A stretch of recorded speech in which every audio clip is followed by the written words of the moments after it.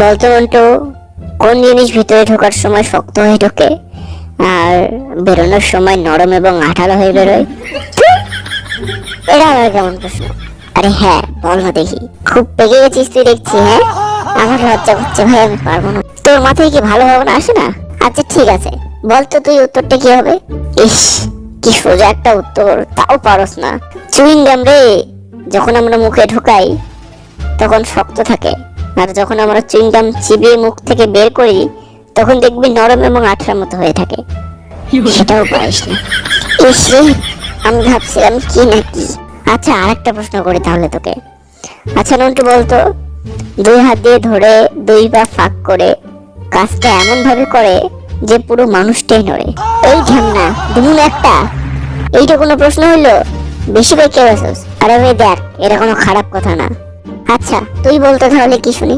শোন ভাই, এটা একদম সোজা উত্তর। এটা হলো মশলা বাটনা। যখন মানুষ মশলা বাটে তখন শিলটা দুই হাত দিয়ে ধরে মশলা বাটে, তখন দেখবি পুরো মানুষটাই নড়ে। ভাগ্যিস আমার কাছে টাকা নেই, তাহলে তোকে একটা সত্যি নোবেল দিতাম রে।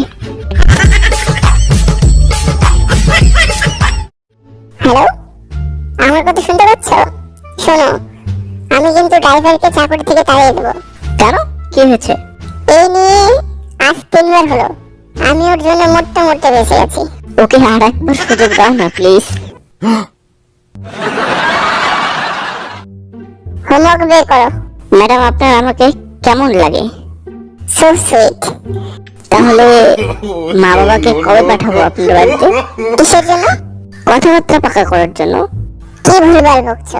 আরে ম্যাডাম, টিউশনের জন্য। সত্যি আপনিও পারেন।